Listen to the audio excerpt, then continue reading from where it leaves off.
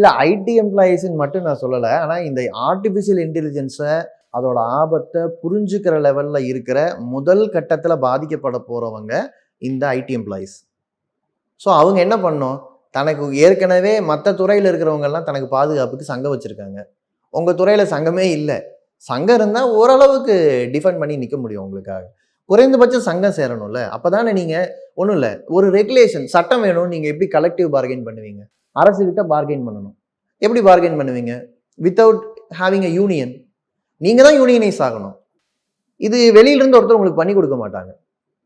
ஒரு எம்எல்ஏவோ எம்பியோ உங்களுக்காக பேச மாட்டாங்க. நீங்கள் கலெக்டிவாக அவங்க கிட்ட போய் ப்ரெஷர் கொடுத்தா தான் அவங்க பேசுவாங்க. உங்களோட நிறுவனங்கள் பயப்படாது. தனிநபராக நீங்கள் இருந்தீங்கன்னா உங்களை தூக்கி வீசுறதுல பயப்படாது. அப்போ உங்களுக்குள்ள ஒரு கலெக்டிவிசம் வேணும். அது நம்ம கேஐடியூ எக்ஸ்பீரியன்ஸ் வந்து கர்நாடகாவில் 12 மணி நேரம் வேலைங்கிறத வந்து அவங்க எனேபிள் பண்ணுறாங்க. யார்? கவர்மெண்ட் எனேபிள் பண்ணுறாங்க. Trade union போராடுது.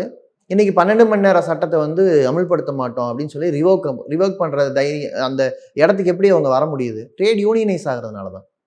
இது ஐடி எம்ப்ளாயி மட்டும் நான் சொல்லலை. நீங்கள் ஆட்டோ டிரைவருக்கும் ஒரு டிஸ்ட்ரிபியூஷன் ஜாப்ல இருக்கிறவருக்கும் ஆர்டிஃபிஷியல் இன்டெலிஜென்ஸோட பிரச்சனை வரத்தான் போகுது. ஆல்ரெடி வந்திருக்கலாம் சில இடங்கள்ல, இன்னும் வரும். ஏன்னா நீங்கள் வந்து உங்களோட டேட்டாவை பயன்படுத்தி மேப் டெக்னாலஜியை ட்ரெயின் பண்ணுறீங்க, டிஸ்ட்ரிபியூஷன் டெக்னாலஜியை ட்ரெயின் பண்ணுறீங்க. உங்கள் டேட்டாவை கொடுத்து இந்த கம்ப்யூட்டரை ட்ரெயின் பண்ணுறீங்க.